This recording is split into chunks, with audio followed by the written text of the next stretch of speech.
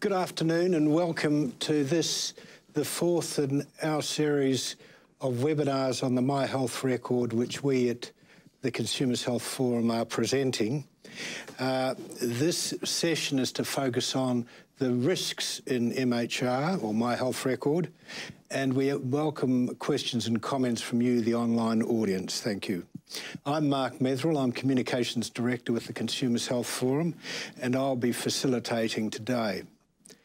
Once again in this series, we have an impressive group of panellists who bring a nice variety of expert perspectives on this issue of the risks that may accompany My Health Record. If I can introduce our panellists, we have Tony Kitzelmann, who's Chief Information Security Officer and General Manager at the Australian Digital Health Agency, which administers My Health Record. Tony was previously Senior Cyber Security Executive and Chief Information Security Officer at Lockheed Martin, and has been involved in cyber security management with both the Australian Taxation Office and the Department of Defence. We have Dean Martin, who's a consumer advocate and a member of the Australian Digital Health Agency Consumer Advisory Committee. He's a consumer representative from the South East Sydney Local Health District Consumer and Community Council, and his day job is as research manager at the Black Dog Institute. We have Dr. David Hansen, who's CEO of the Australian eHealth Research Centre at the CSIRO. David leads a research program of nearly 100 scientists and engineers developing information and communication technologies for the healthcare system. And at the end here, Aaron Cogle, who's Executive Director, the National Association of People with HIV Australia. Aaron has previously spent 12 years working with the British National Health Service as an HIV program leader, and before that was with the AIDS Council of New South Wales. The Consumers Health Forum has designed and directed this webinar series with funding support from the Australian Digital Health Agency. I should make clear that while we're fortunate to have on the panel highly expert people, the object of this exercise is to respond to the questions of an interested consumer audience. There has been some social media discussion this morning about the fact that this particular panel is male only. I can say that all previous panels in our series have had a strong representation from women. In this particular case, we weren't able to arrange it. It's also worth recalling, I think, that the first webinar of this series also focused on privacy and security, so we're seeking to also look at other complexities and risks with the MHR. So let's start by asking each of our panellists what they see as the major risks with MHR, and if I can start with Tony. Thank you. Well, first of all, good afternoon, and the opportunity to come and talk about this is really important because it's bringing light to the commitment the Australian Digital Health Agency has brought in regards to securing the product. The My Health Record system, as you can appreciate, is a large national piece of infrastructure that's going to revolutionise the way that we deal with electronic health material in Australia and make it available to our consumers and healthcare providers. For my role as the CISO, it's important for me to understand what those risks are that are exposed to such a complex and substantial piece of national infrastructure and provide the security that is robust and fit for purpose to ensure that we actually have something that meets our ongoing requirements. So for me, my risk-based focus is, I'm an ex-copper, so I assume and only trust facts. So for me, it's about understanding what are the risks there, the cybercrime that may potentially be targeted towards this platform, and how, as a cybersecurity specialist and a leader in a space with a very smart group of engineers, we build a solution that is robust and tested and resilient to a matter that protects this, this critical piece of infrastructure. For the agency, our response to that has been check, check and check again. So we've undertaken a very comprehensive approach in regards to designing the solution, testing every component of the solution to make sure it is cyber resilient, and actually making sure that everything that we do is independently qualified so that we can measure the risk and understand that our investment and our commitment has been actually effective to secure the solution. Thanks, Tony. David, can I ask what you see as the risks? So look, thanks for that. And I also appreciate your opening comments around risks beyond privacy and security, because I think the risks are certainly beyond privacy and security around My Health Record, but then so are the opportunities, and risks are often related to the opportunities that we can, to certain things. So in terms of My Health Record, you know, I think there's a range of risks and opportunities that the system has. I think we need to be really open that My Health Record is only one part of the digital health ecosystem, which is emerging in Australia. And so we have a number of services that support My Health Record in terms of individual healthcare identifiers, terminology, interoperability. These are all things that the agency is bringing to the standards and services which enable our hospitals and our GPs to connect with the data and make it available. So data quality is a big issue. So the data which goes into My Health Record comes from a number of different sources. And so coming from hospitals, coming from the GP clinics, pathology results. And so it's going to be really important for the users of the system to be actually checking their record, looking at the data that's there, and comfortable that it is representing their health and the sort of things which sort of conditions and allergies and other things which do apply to them. So, you know, there's a risk where I think we need consumers to be really ready to log on, check the information. Clinicians will generally check. Will always check. Anyone who's been to a hospital or a GP knows that they'll get asked by the clinician a number of questions. They'll check that data that they're looking at is correct.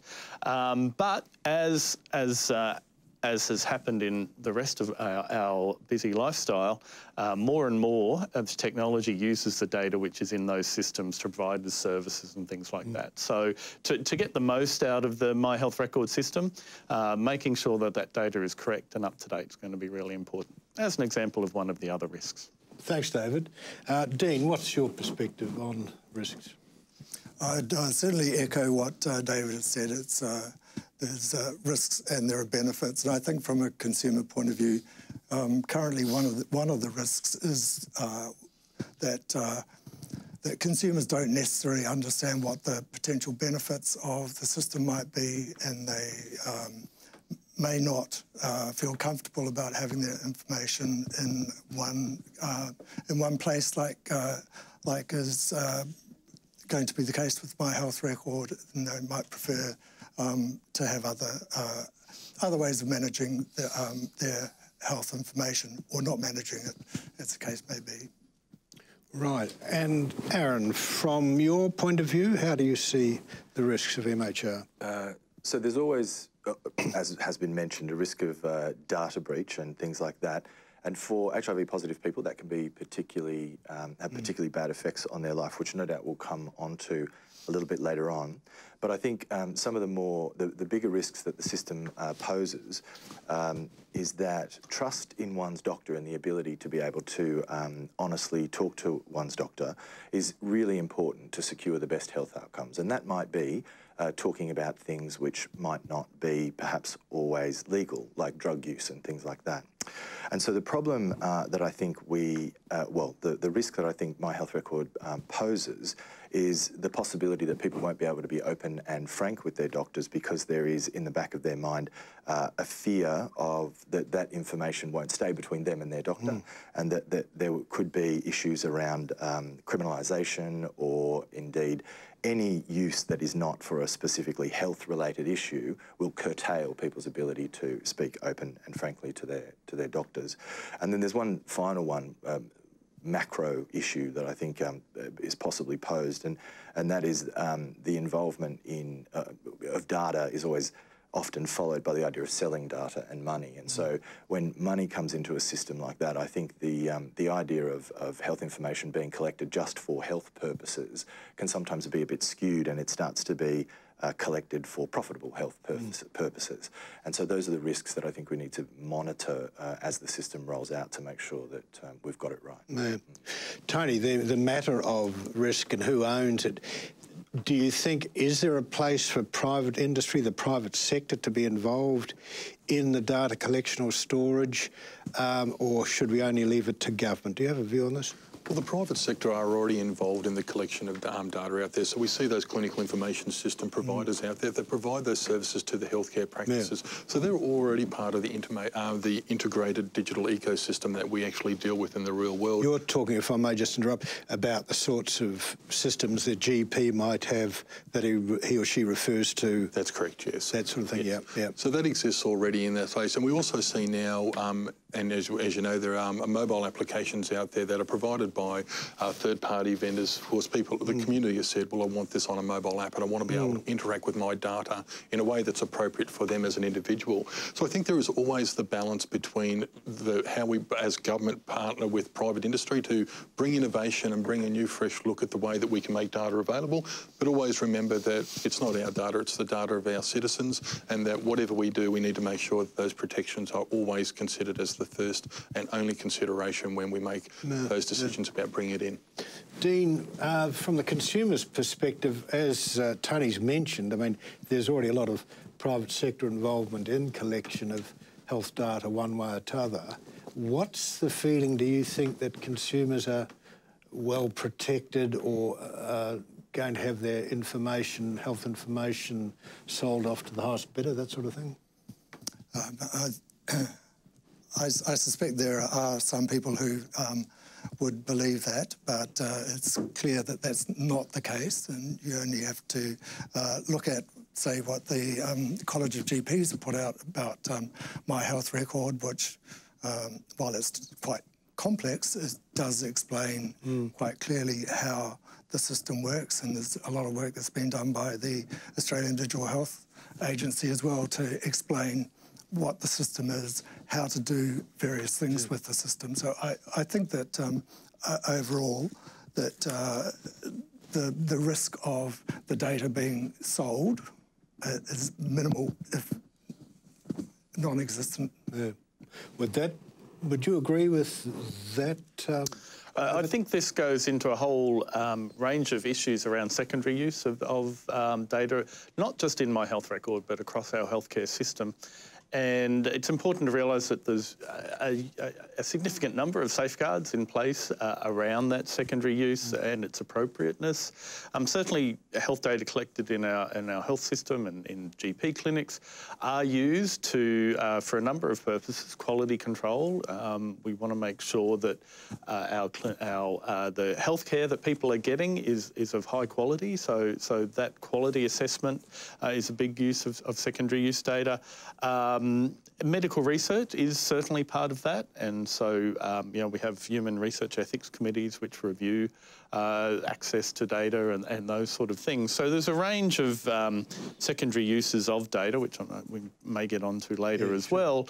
And so the sale of that data or access to that data through commercial purposes should be governed and is governed in the majority by those sort of processes that we have in place, and as well as a consent process. And so, you know, the consenting use of data, I think My Health Record actually gives potential, and we should realise that My Health Record probably won't stay exactly the same as it is now. It will change and evolve as technology changes and our lifestyle changes.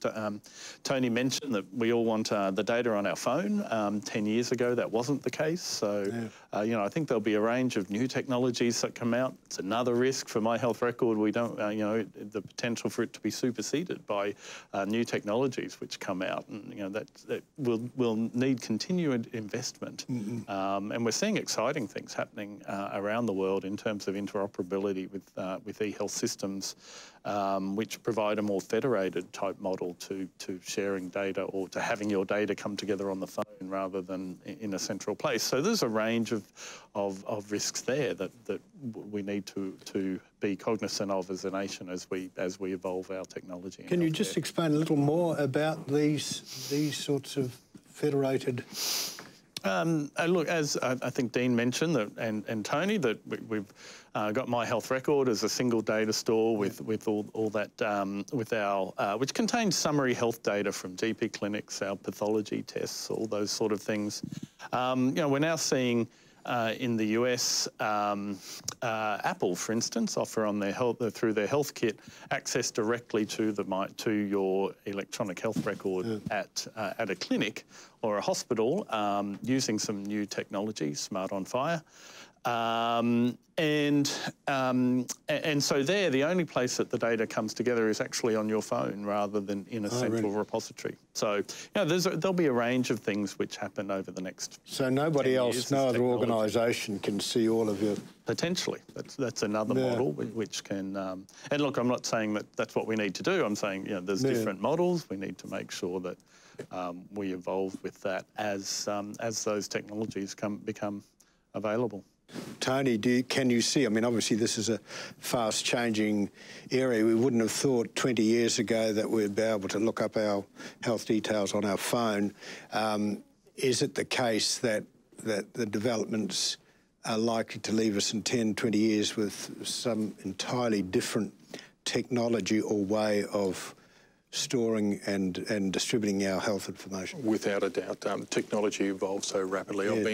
Every day I come to work, I learn something new, and that idea of federation is a great example where the data may be stored in many locations around different parts of the environment, genomics, imaging data, and it may be appropriate that the data is simply just referred to from the My Health Record system, so it goes and fetches it for you when you need it. But it's creating that index or that catalogue of information that is yours as a citizen and making sure that when you need it, it's facilitated and available. That federated architecture model has been around for a long time, and it does leverage a lot of the reuse of information and data. It makes it available when needed and doesn't necessarily mean it has to all come to one location. It's about having something that's fit for purpose and appropriate. And like you say, in 10 years' time, who knows where we're going to be, what technology will change. My daughter keeps saying to me, why is my Fitbit hooked up, Dad? And why can't I get all this data in there? It's right, it's going to change. We're going to have increasing demands as our citizens say, well, what about this? What about my diabetics data that I want to have on board? And those key pieces of information that will evolve as society changes. So have we got clear principles that endure and still protect us as we get this changing technology? I think we do. And my view as a cybersecurity nerd, and I sit back and I say that respectfully of myself, is, but we do, because the principle that we take here is that we don't own the data. We're simply custodians entrusted to... When you say we... As in the Australian Digital Health Agency, don't own the data. We're entrusted on behalf of our citizens to make it available if they decide to be in the system and be actively involved in their digital health management. So the ability for us as a cornerstone is, it's not our data as an agency, it belongs to our citizens. We follow their wills and we always, as the foremost requirement, protect the integrity of their rights as the owner of the data. We've had a... sorry, go on. Tony hit on a point there about individual sovereignty over their own data. And I just wanted to point out that with all this technology, and indeed in future as it evolves, we may not be able to entirely protect it in technologies that we don't even know what they would look like yet.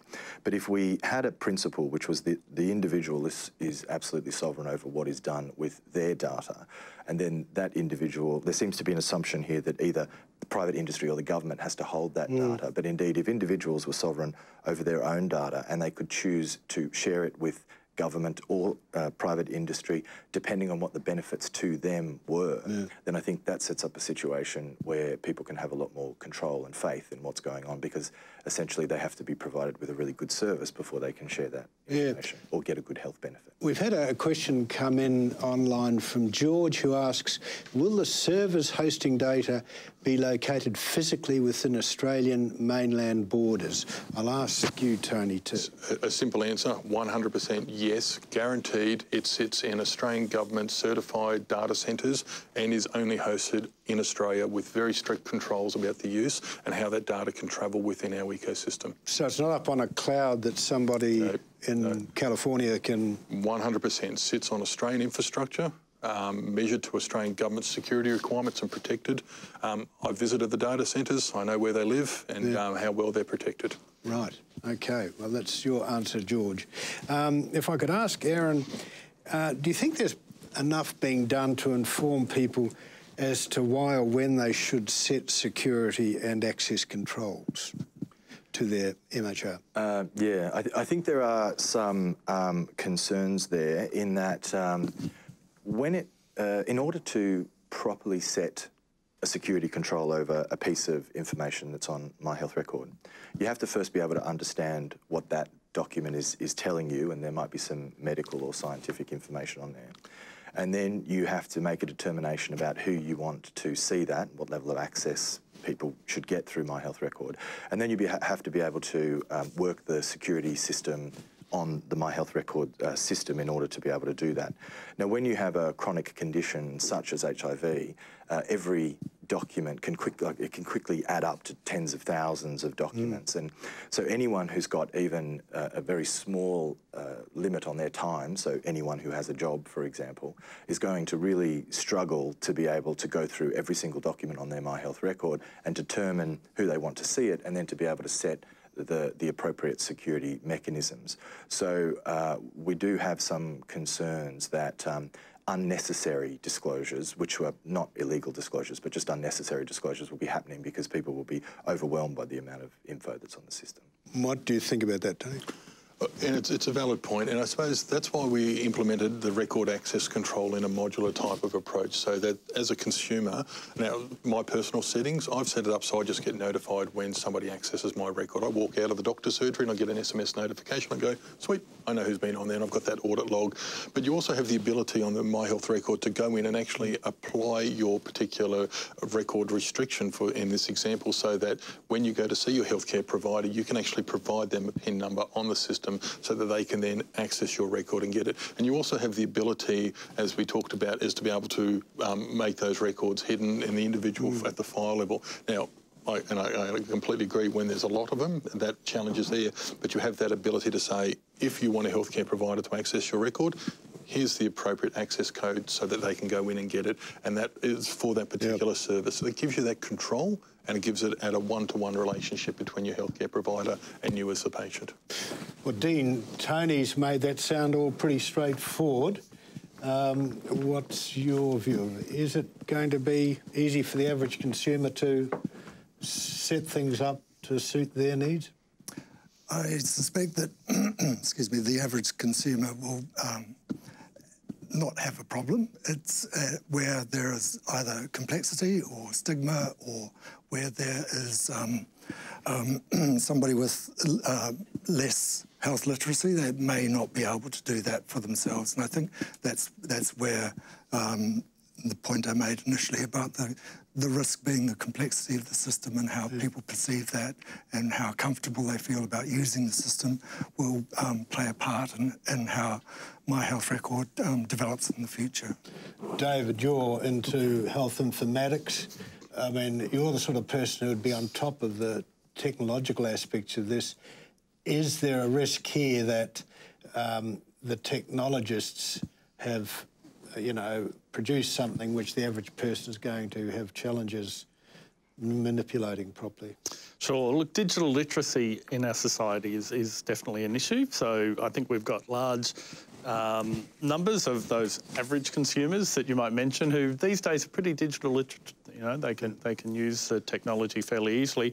But we do have challenges for those people who aren't so used to digital literacy. It's part of, I'm sure, what the agency's been doing out in testing the access and use of the technology. But it's also something that we will see evolve over the next little while as more and more people use the information. So I'm sure the agency will continue to invest to make that easier. If we all think about the example I like to give is the first time I used my mobile phone to check into my flight, it involved about 10 clicks and eventually I got a boarding pass.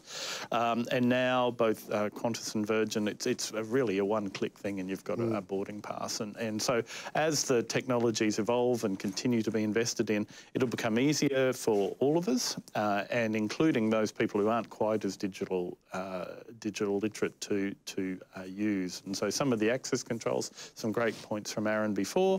While I'm sure the agency's already looked at those, I think there'll be easy ways to be able to say, I actually want to apply this to all of my documents in the future. You know, they're the things that the system will improve as we continue to invest in it. On that point, Tony, in a blog post on digitalhealth.gov, you were reported as saying that the Cyber Security Centre recommends setting an access code that is given only to healthcare providers you want to access your record, and setting up automatic notifications via SMS or email to let the consumer know when their record has been accessed. If that's the recommendation, why isn't that the default for everyone? Because it's a consumer's record, and I'm a great example of that. I actually don't want a record access control on my record. I want it to be available for my healthcare practitioners. And as a consumer, as an agency, we acknowledge that it's not our right to set what people should and should do with it. We provide guidance because it's their data, and we provide that so that we can allow them to make informed decisions on how they want to manage it. Like I said, I'm happy for my healthcare practitioners out there because these people are out looking after us and doing good things to make sure that we're cared for, and I don't want that to be a restriction for them to provide service. But that's for me. For other people, there may be a requirement that they want something different, and we need to be respectful of that, and we acknowledged as an agency that we'll provide the guidance needed, but allow people to choose what they want to do with their record. You hear these stories of, up to 900,000 healthcare professionals, nurses, physios, whoever, being able to access your data. What do you say to that? Yeah, I hear this one quite regularly. People say it's just a big database and the doctor can jump on or the healthcare provider can jump on and just browse the database. It's factually not correct. To be able to actually access the database, they need to conduct a conformance search. They need to have a software. They need to be registered with us, and we audit all of that. We also, as part of our commitment, and this is an evolving capability that we've got going on and is part of our enduring service, is to provide user behaviour analytics so that we can actually look at what normal is and how health records are interacted with as part of a normal consumption. And if we take an example of a healthcare provider in a small rural location, how do they measure up against in performance and access to the record compared to their cohort, so that we can actually be smart and aware of what's going on? This is evolving every day, and we see, for example, many situations where people are coming back and saying, and the agency gets inquiries quite regularly about, well, when this access occurred, what was the reason behind it? And we use our governance framework that's been built and made available to ensure that's appropriate. And we write to the healthcare provider organisations and ask them to validate and justify it. At the same time, the consumer has the ability to go in and verify that that information was appropriate. But factually, it's not a database that can be just browsed. It's something that needs to be done. It needs to be a conformance search, and it needs to be done in a way that is appropriate. From where you sit, I mean, do you have to deal very often with attempts by people to hack into the health information? Are you aware of it? Do you have to deal with attempted intrusions like that? My day is my thoughts have always been, I have to build and prepare for the fact that one day somebody will try and attempt to get in. That's why we've invested so heavily in protecting the system. It's hard to describe in an open forum, and we don't talk about what we see out there, because we do see stuff against our environment infrastructure where people are trying, but they're not successful because we've built it and resilient. Now, we do observe, we actually profile what goes on in the broader internet and across all the different cybercrime environments to understand what the risk is for Australia. We work with our colleagues as part of the Global Digital Health Partnership to understand what the risk to Australia healthcare is compared to the NHS Digital, to the US, the UK, China, Singapore, and understand how this evolving threat landscape changes, and then take that into the context of the My Health Record system to make sure we are defending it appropriately.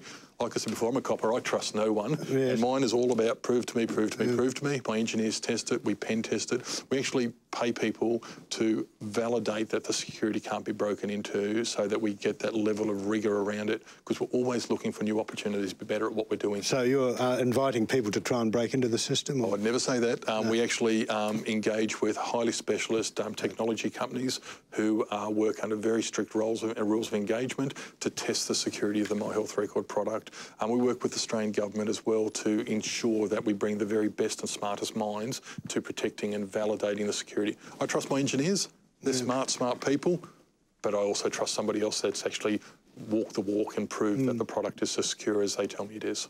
And how does our system compare and contrast with these other systems overseas? Are there different features in terms of security? As a rule, no. The security that you would apply to something, a large and effectively industrial digital health ecosystem like ours, are very consistent. We obviously have perimeter-based security. We have intrusion detection monitoring systems. I have a security operations centre with analysts watch all the traffic that moves across the network.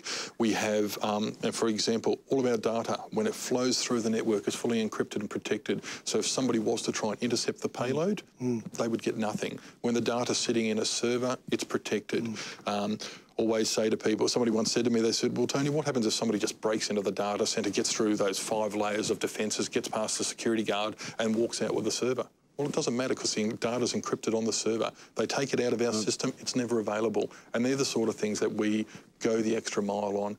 We spend a lot of money and a lot of time investing in this because it's so important to get it right. If I get my job wrong, people will lose confidence in the My Health Record system, and then we miss this great opportunity for the country. Yeah. Yeah. David, what's your response to what Tony's just said? Are you convinced that everything's watertight? Look, I think Tony's and the agency has done a lot to make sure that the data is watertight, and so I think that's less of a concern. We continually hear from cybersecurity experts that the greatest point of failure is everyone's use of passwords, as an example. So, you know, we all have access to My Health Record is governed through 2-factor authentication. You need both your password and then an SMS sends you a code, so people who have logged on. And then in the professionals, we need to make sure our healthcare providers are doing the right thing in terms of providing the security to their health systems. So, you know, while we can be thinking about, you know, getting hacked in and doing all the kind of high-end things, we need to be sure that people are changing their passwords, have a good, strong, secure password, and all those sort of things as well. Dean, from a consumer perspective, are you reassured by what you've heard? I personally don't have issues about the security of the system. I think it's been built to very high standards, and in my experience, most of security breaches are actually because of people rather than because of systems, and it's actually getting that part right. Yeah. Aaron, what about you? I think I think we can make a balanced judgment on whether or not we're willing to risk the idea of a data breach because of the benefits that something like My Health Record can bring. And indeed, the security protections do sound really impressive. I think that for positive people, the impact of a disclosure, so a security breach would mean that an HIV positive diagnosis, for example, might get out there into the public, and that visits incredibly damaging things on the individual, and not just people with HIV, but other stigmatised groups as well, if information got out there. The thing I'm more concerned about, I think, is that is the authorised sharing of that data within the system. So I would argue, contrary to Tony, that we should start with closed settings to restrict the amount of sharing that happens, and then move to broader open sharings after that. And the reason for that is because people with HIV, for example, when they if health professionals find out that somebody is HIV positive without their wanting their status disclosed, then that can visit all sorts of consequences upon them. So, and not just out there in public either. People can lose jobs, it can ruin relationships, and indeed they can get poorer health services because of it. So we know of examples where once someone's HIV positive status has been discovered, then they've been put at the bottom of waiting lists, etc., for no valid reason. So what I would be questioning is why someone's physiotherapist, for example, needs to know their HIV positive status. And so if we start with a really small a group of people that can see that information with appropriate security concerns, and then people can share it broader as they get more comfortable with the system, that would be my preference. It sounds like we do still need more information and education. Dean, whose responsibility should it be, do you think, to ensure that the community at large, individuals, are educated as well as they can be about the benefits and risks of My Health Record? I think there's a macro level answer to that, which is that everybody has a responsibility to educate themselves as much as possible about My Health Record, what its benefits are, what the risks are, and to make an informed decision. And there's a micro level issue, which is about capacity to actually do that for individuals, and how they actually perceive the system, and what issues they might imagine or actually might be correct in thinking are issues that they that would prevent them from using the system. We've had a question from a consumer who's asked, how easy will it be for an acquaintance of a person motivated by curiosity and working as a health professional in hospital to gain access to a person's health record, if I could ask you to? So if that healthcare provider decided to do something wrong, and that trusted insider sort of scenario, something that we're very cognizant of, and that they had that relevant information and they decided to do that, that possibility does exist. And because they would have authorised access and they would be doing something that contravenes the legislation, which comes with criminal penalties or financial penalties associated with it, that possibility always exists. And that's the importance of citizens taking control of their record and actually engaging with that health record and the audit trail to make sure that they're across that. It is a criminal breach. And we've seen examples in society where fraud occurs and people do similar types of crime types that you would just look at and go, why would a reasonable person do that? Our plan is to always make sure that we inform the owner of the data of the audit and the ability for them to set those controls. Now, if they have, for example, a record access control that requires the code to unlock it, then that person attempting to do that unlawful access to the record would actually be blocked. So that's why we encourage actively take control of your record, set your record access control, and be accountable for what happens with your data. But unfortunately, in life and society, people will always choose to do bad things if it occurs on the My Health Record system or it occurred in a private health practice or somewhere else in that bigger ecosystem. That risk is there, and it's something that we're we take seriously. Would, under the access control and monitoring, is it the case where somebody's MHR was accessed without their knowledge, they would get an SMS, for instance? If they've actually taken control and set it up. If they don't, then it'll be in the audit log, which is retained. But if they're not actually proactively involved in the management of their record and their data, then that audit would just sit there inside the log forever. Right, okay. We'll end up with lots of, somebody with a chronic condition, complex and multiple conditions is going to end up with a very long record, aren't they? They will. And I don't think that's any different to people who are in the healthcare system now. For a long time, you know, doctors in hospitals knew how sick people were by how thick their medical record was, as an indication. And so, so I think there's an opportunity with My Health Record, with it being digital, to be actually able to search data. So, you know, this is where we are using modern technologies and modern information and data searching technologies, heading into artificial intelligence to be able to actually use the data to support better healthcare. And so that's the value of bringing this data together, whether it's on our phone or in My Health Record or using My Health Record together with hospital data in hospitals or at the GP clinic to provide more information to the clinician, to provide accurate information, again, back to the data quality and people engaging with the health record. But then also in the future, as we learn more and more about disease progression and early indicators and new screening technologies, etc., to be able to provide better healthcare to everyone in Australia. Yeah.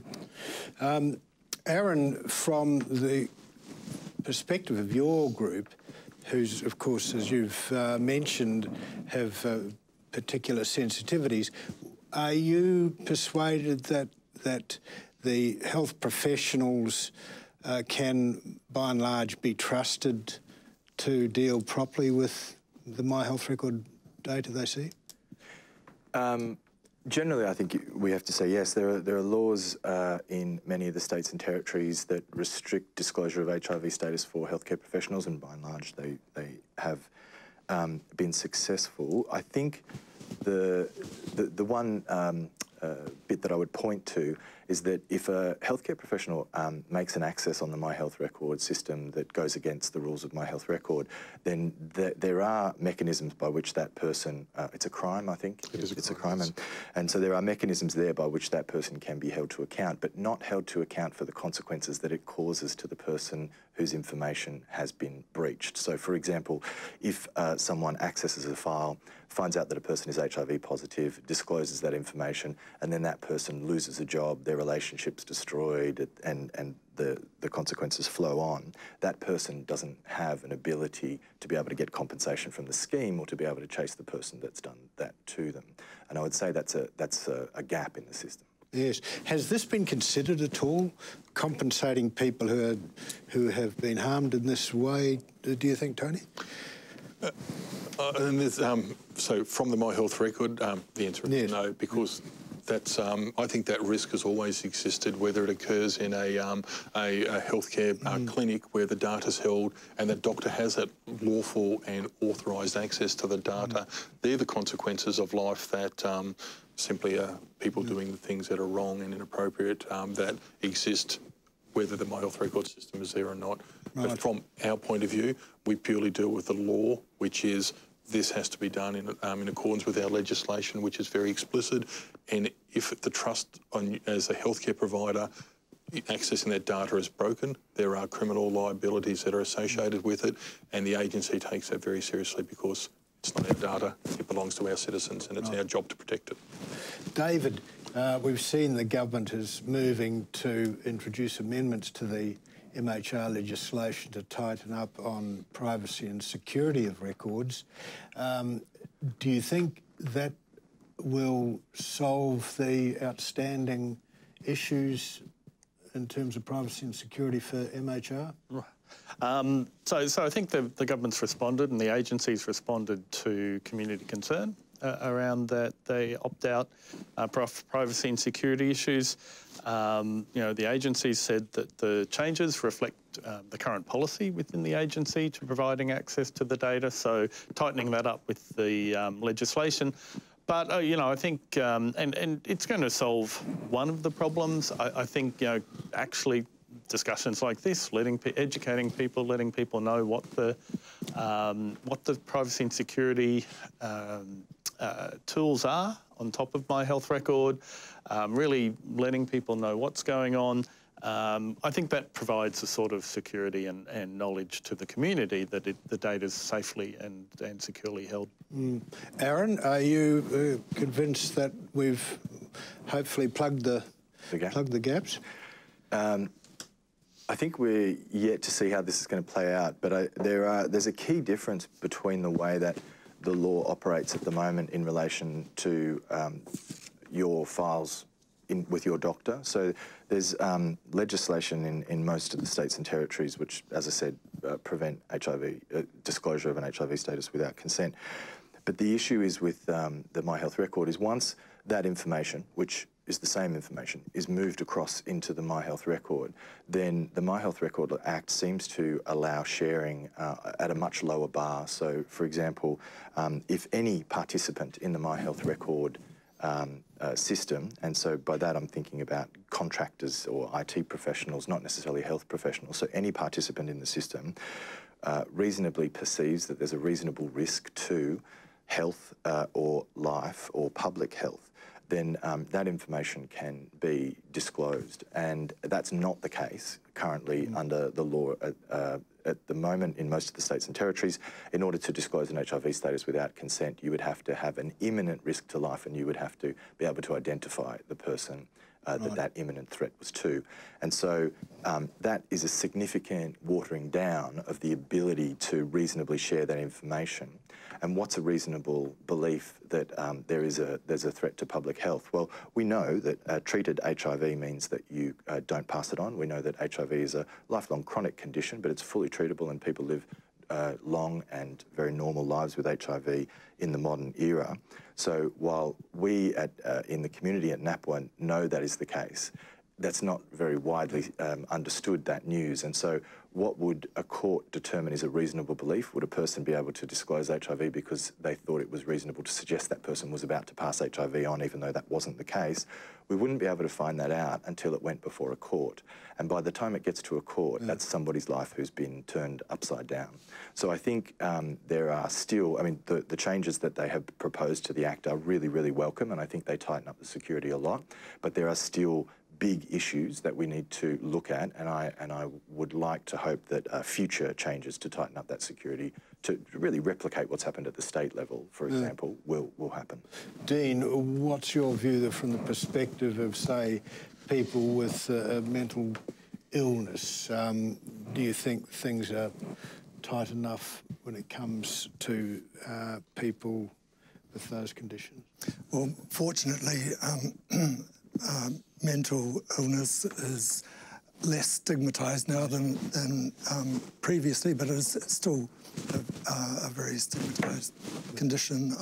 I think that there are times when people with mental illness don't get the care that they need because the focus is on the mental illness, and My Health Record is an opportunity for those people to actually have some of their physical health issues addressed as well, by making that information more broadly available.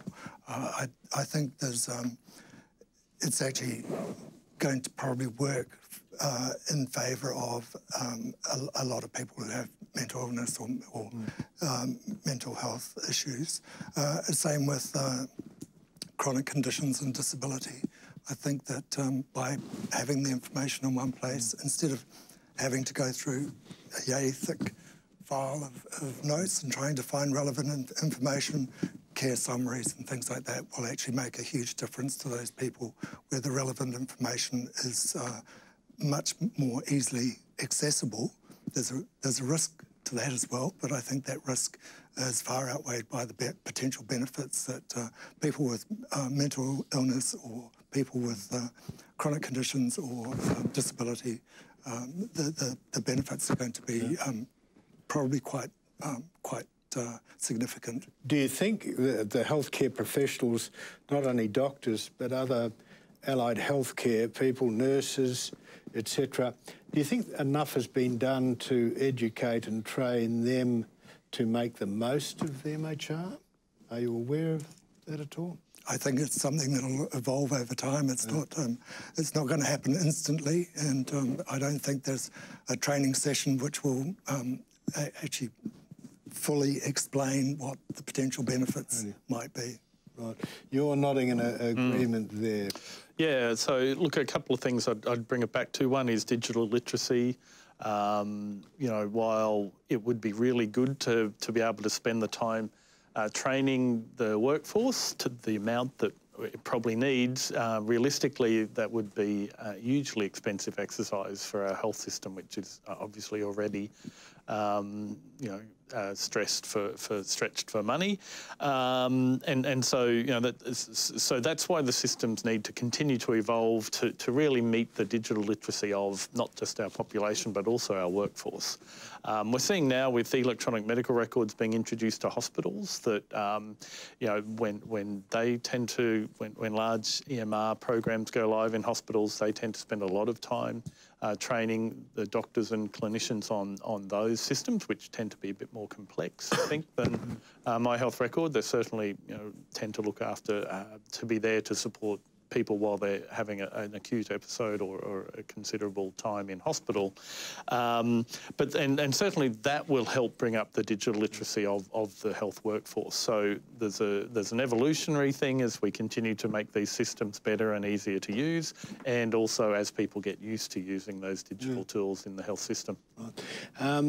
Tony, we've had a question from Melissa who asks, what does a person in a domestic violence situation need to consider before making a decision concerning a My Health record?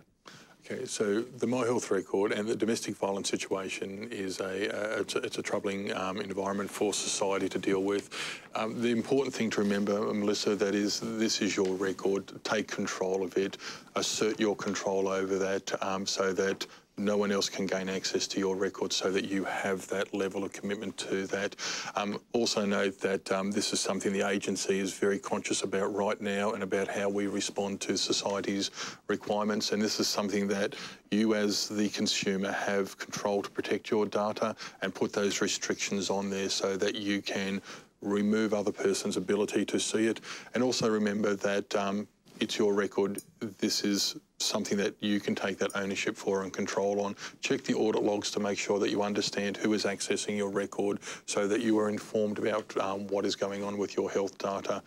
It sits here in our system and we have that protection around it, and it's important for you to understand that it's yours and those protections exist for you to be aware of what goes on. What about the children of a parent who's affected in domestic violence? So that would be under our Children in Care program, where we actually have gone to the level of providing that next level of protection around those. Because when children are vulnerable, persons are vulnerable, the agency has to take a more proactive role in regards to supporting that. So that is a program that we're currently working on, and we're doing a lot in this space to make sure that those protections are just flowed across there. And it's always the concern, and I hear people saying, well, what if my spouse got access to the record and was able to see where the healthcare was provided for a child who might be either at risk or in a domestic violence situation or in care? The ability to restrict those records exists today, and it's something that we encourage the owners of the record to take control of immediately. But just always remember, take control of your record, set your record access control, monitor the use of the data, and be proactive about your content. And also, sorry, another one for you is Deb asks, how is My Health Record any different to similar systems in the UK and Singapore, which have experienced nasty security breaches? Isn't the MHR just as vulnerable? No, Deb, it's not. So when we looked at the examples, and I'm going to make the assumption that you're referring to the WannaCry incident that occurred in the UK last year, or the Singtel breach that occurred. In both those circumstances, there was an attack against a piece of infrastructure that wasn't their core central repository and occurred in a primary healthcare facility. In Singapore, it was in a hospital, and we had a similar situation in the NHS Digital. The My Health Record system is a large, resilient piece of infrastructure. Whilst attacks will occur out in that broader ecosystem, we're privileged by having the ability to bring scale to our security and provide a robust model that goes further than what you would see in a normal private health clinic, for example, where a breach may occur. Right. Sorry, another one for you, Tony. Jane asks, I have a My Health Record. I've had a My Health Record for the last few months. I have been to the doctors many times since, but I have no records displaying, which means the doctors are not uploading. Why do people have to ask their doctors to upload? It makes us feel uncomfortable. Why can't they just do it? because this is the joy of having control of your record. David talked about digital literacy. I spoke to my GP about my health record and said, my personal health record, not the My Health record, and said, is my treatment for my prescription being uploaded on the system? And he goes, oh no. And I said, but I want it. And he went, oh, okay. And he did it. He jumped in, logged in and put it up there, because I actually asserted my right as the owner and said, come on, do your job, put my data up there. I want it available when I need it. So unfortunately, take control of your record. If your healthcare provider isn't uploading, ask them to upload. It's your data. I think that as society changes, we're going to demand more out of our healthcare practitioners because we're going to become more aware and more empowered. I go to get my car serviced, I get it at a place that I trust and they look after a good job on it. If my doctor doesn't give me the service I need, I'm just going to go somewhere else to get the care I want and where they're respectful and do my needs. And if I don't want it uploaded, I want them to respect that, but if I want it uploaded, I expect them to respect that, put their data up on the system. If the doctor's part of MHR, doesn't it happen automatically? I mean, if you have a MHR record, isn't the prescription PBS and Medicare data going onto your record? So the PBS and MBS data doesn't go up, but there are also the health summaries that are uploaded, the interaction between the doctor. There may be something there, for example, if you see your GP and he puts some notes on your file about something that chronic disease or just something as a general update, Tony needs to lose a little bit of weight, that's the sort of stuff that you have the right to say, well, put it up on my record. That's information I want to be available. Yeah. And look, I might add at that point that digital literacy and use of My Health Record is one thing for our healthcare, but I think increasing health literacy in the community is going to be a really important part. My Health Record's only a tool. Same with electronic medical records and electronic health records. Increasing the health literacy of our population is really important as well, and individually, whether you have a My Health Record take control of it, or whether you opt out. And particularly if you opt out, you do need to think about how you do manage the information about your healthcare so that you can be telling your healthcare providers about your health history. So I think there's a whole range of things, whether you're using My Health Record or whether you're not, is to be literate about the sort of health information that your doctor needs, and to Tony's point, making sure you getting really good care from those health professionals. Dean, do you get the impression that typically people, as they become more aware of My Health Record, are going to be perhaps more assertive, wanting more information available on their record? Do you have a feel for that? I certainly hope so, because I'll give you an example.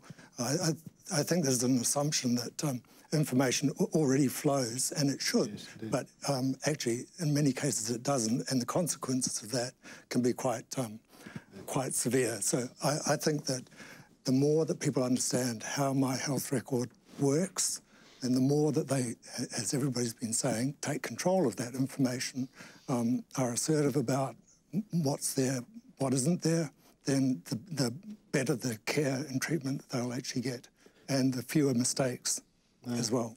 Would that be your view, Aaron? Do you think, from the people you're representing, wanting the doctors to put up the information? Yeah, there's definitely many different viewpoints within the communities that I represent, and many people think that the benefits to My Health Record outweigh the risks, and particularly people with multi-conditions, multi-morbidities or polypharmacy, for example, so it can stop things like being prescribed the same medication a number of times, and people have already benefited from that.